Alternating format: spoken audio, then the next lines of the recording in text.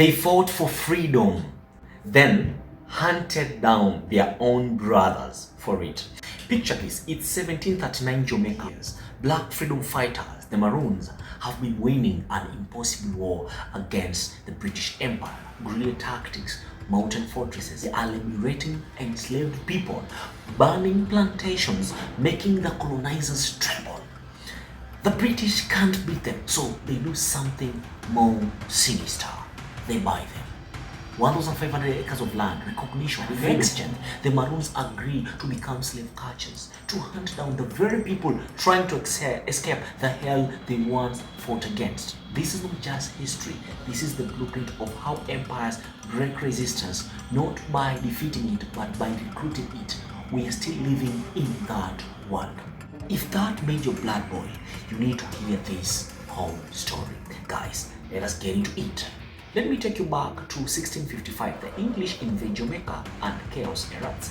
The Spanish colonizers, who had already worked the indigenous tribal people into extinctions, flee into the interior. In that chaos, approximately 1,500 enslaved Africans suddenly find themselves free. Not because anyone freed them, but because an empire was too busy fighting another empire to hold the chains. These liberated Africans didn't wait for permission. They took to the mountains, the Blue Mountains, the cockpit country, places so dense, so treacherous that the English called them utterly unknown to the white people. They became the Maroon. The name comes from the Spanish Cimarron, meaning one or untamed.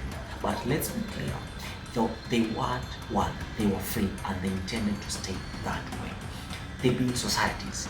Nanny town in the east, led by the legendary Queen Nanny, became a fortress of hundreds. In the west, the leeward Maroons rallied under a leader named Kakjo, or as I'll call him, Kajo. These were not just hideouts, these were diasporic West African villages. Children born free, traditions maintained, languages preserved. Many Maroons came from a Akan-speaking Gold Coast and they brought with them knowledge of warfare that would terrorize the British for decades. Now, here is where it gets real. The British Empire built Jamaica into a sugar gold mine on the backs of enslaved Africa. 45,000 by the turn of a century, nearly 300,000 by 1800s. British soaked in blood and brutality, and right there in the mountains, refusing this entire evil system, were the Maroons. Their very existence was a middle finger to the colonial order. They didn't just hide, they attacked. Dead of night, Maroons would descend on plantations, burning estates, killing slaveholders, stealing weapons, and most importantly, liberating more enslaved people into their ranks. Every raid inspired more rebellions across the island. The British sent military expeditions into the mountains, and the Maroons picked them apart. Using guerrilla warfare, ambushes from behind trees and rocks, signaling horns echoing through the hills, they decimated British forces. In the 1795 conflict alone, they killed 70 British soldiers in 2 months without a single confirmed loss.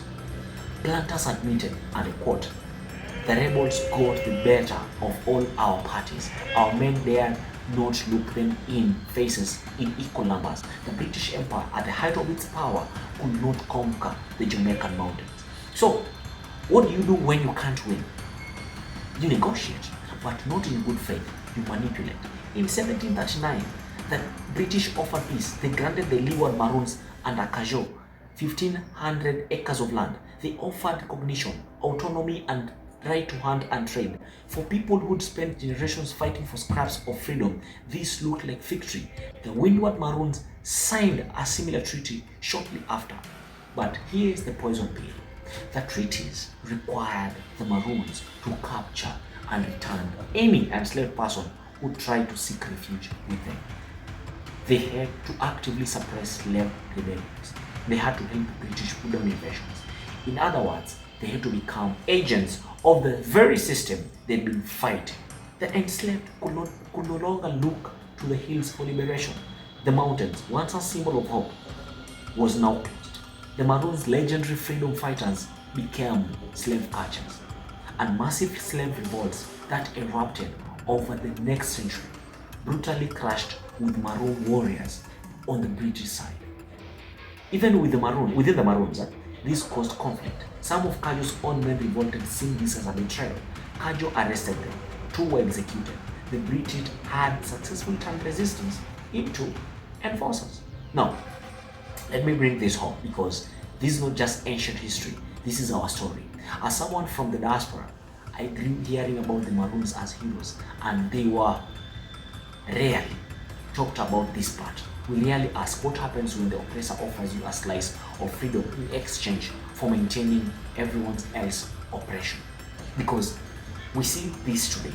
How many of us in the diaspora have made it and pulled the ladder up behind us? How many times have we seen our people hired into systems, corporate, political, social, specifically into police, other black and brown folks? The time for it is different now. Diversity, higher, gatekeeper, respectability, politics, but the function is the same. Take the skilled, the resilient, the ones who might lead a revolution, and give them just enough comfort that they become enforcers instead. The Maroon treaties were not just about Jamaica. They were a prototype, a proof of concept, and empires have been running that play ever since. And here's what breaks my heart. The Maroons didn't just fight for 8 years because they were naive. They fought because they believed freedom was non-negotiable. But when you are tired, when you are bleeding, when you've lost people, sometimes that offer of peace looks like salvation. And the British knew that. They waited until the Maroons were strong enough to be useful, but tired enough to compromise. This is the generational trauma we carry. The knowledge that even our victories can be co-opted. That freedom is always conditional. That the system will always offer you a chair at the table as long as you agree to guard the door. And what happened to those who refused to compromise?